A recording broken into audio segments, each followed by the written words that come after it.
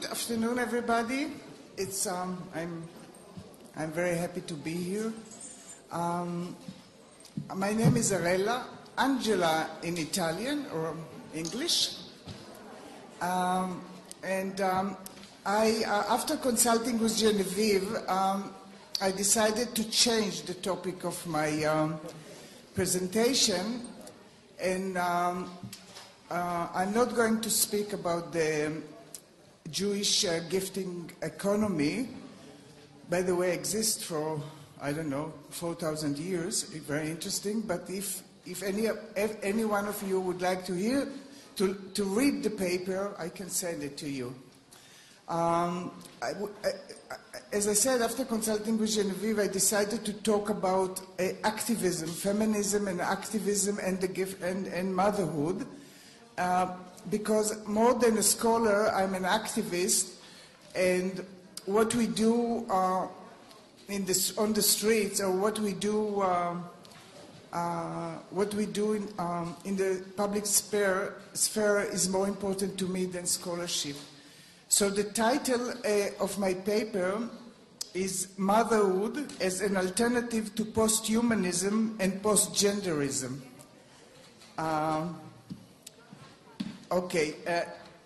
And motherhood is probably the richest, most complex and meaningful experience I ever had. The most refined experience of love and embracing of the other, both different from and closest to me. Motherhood is where I learn to know myself in the purest way possible. It is the place where society and nature and I are remarkably connected. However, since Simone de Beauvoir, motherhood became a problem, perhaps the problem for women.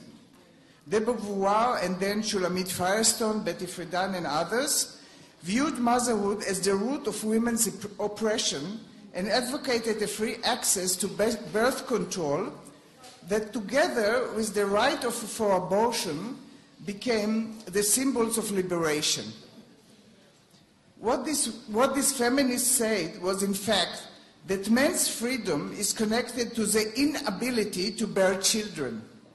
The control of our body, that is, detaching womanhood from motherhood, is necessary, according to this position, to transform women's situation. These propositions strip women of their unique trait, the ability to give life. In this way, the home is turned into the main location of women's oppression, and whatever outside the home, especially work, is the promised land where liberation is assured. Many Western women took this discourse seriously and adopted different ways that limit their motherly responsibility.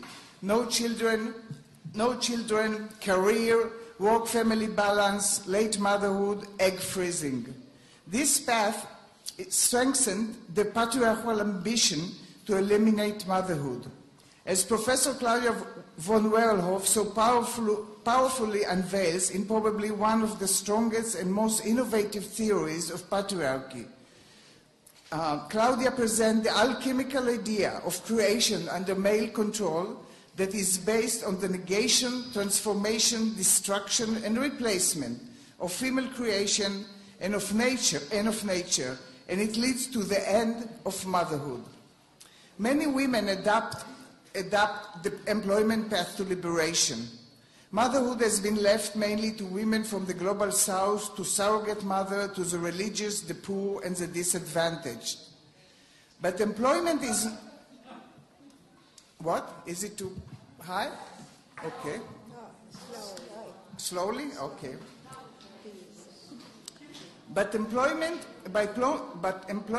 is in most cases problematic for women.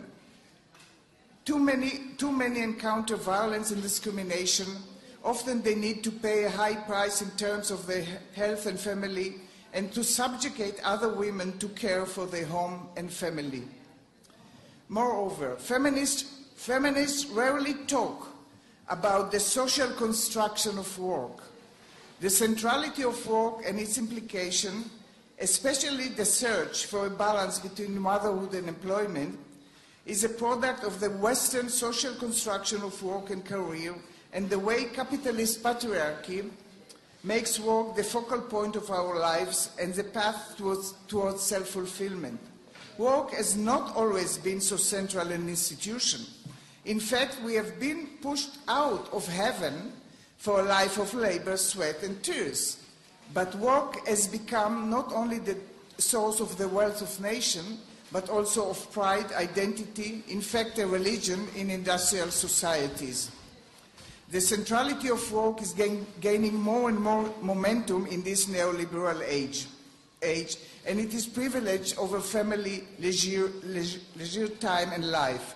It also makes women's housework, especially motherhood, much less valuable.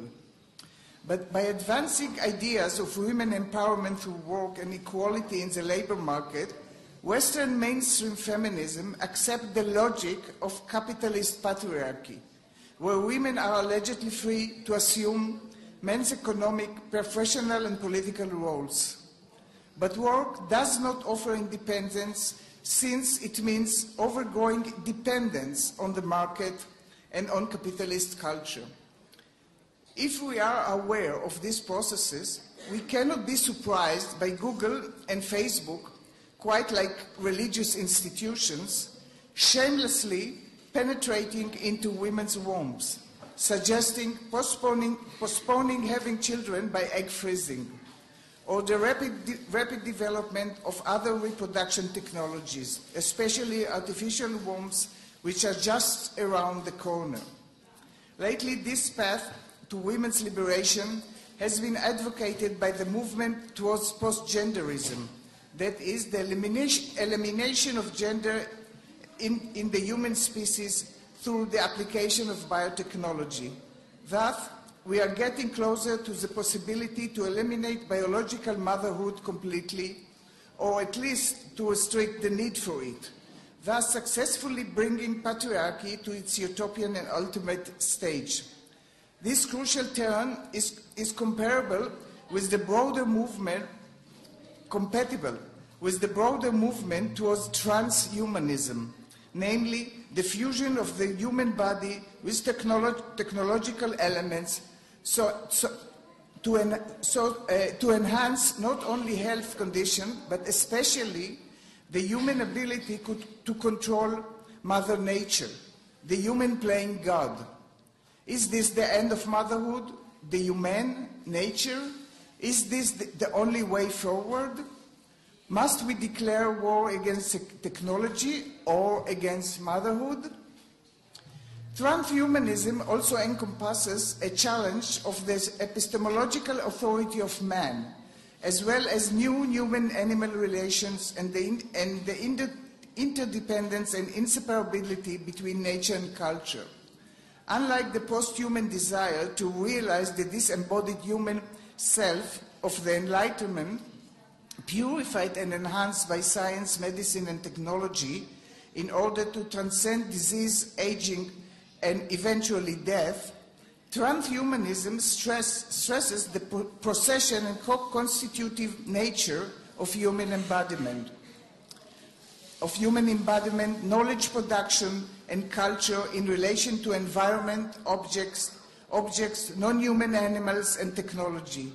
Human agency is reconceived as a network of relations between humans and non-humans, replacing the figure of sovereignty with the process of enmeshment. Facing transhumanism, some feminists, like ecofeminists and radical feminists, have suspected biotechnology, especially its use to reshape bodies or control reproduction, of being an extension of traditional patriarchal exploitation of women. Others, like Shulamit Firestone, have welcomed the liberating potential of biotechnology. Cyber feminist Dana Haraway says that she would rather be a cyborg than a goddess. Quotation. Other feminists engage in transhumanism to bring back transhumanism to bring back biology, the body, subjective materiality into discussion, what I may call the anti-essentialism in feminist thought, and alongside indigenous scholars, attempt to transform the category of men or human altogether, rather than be included in this category.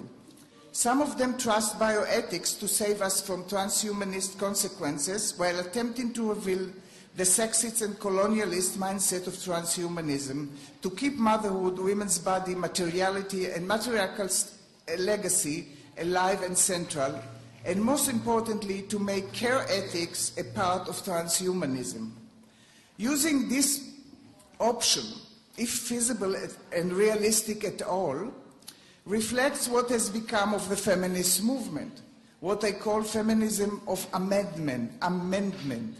The movement, rather than striving to transform our reality, resigns itself to the capitalist patriarchal worldview and acts as no more than its corrective in the name of women's needs. Motherhood studies, if I may call them this way, unlike mainstream or equality feminism, is trying to transform the category of human from within through rematriation and the symbolic order, as well as the entire political, economic, and social order through gift economy, matriarchal legacy, spirituality, and life rather than goods production. This wide and rich area of scholarship and activism shows that the very subject central to post-humanist inquiry, the binarism of human-animal, nature-culture, animate-inanimate, and organic-inorganic, find the relief outside the epistemological locus of the West.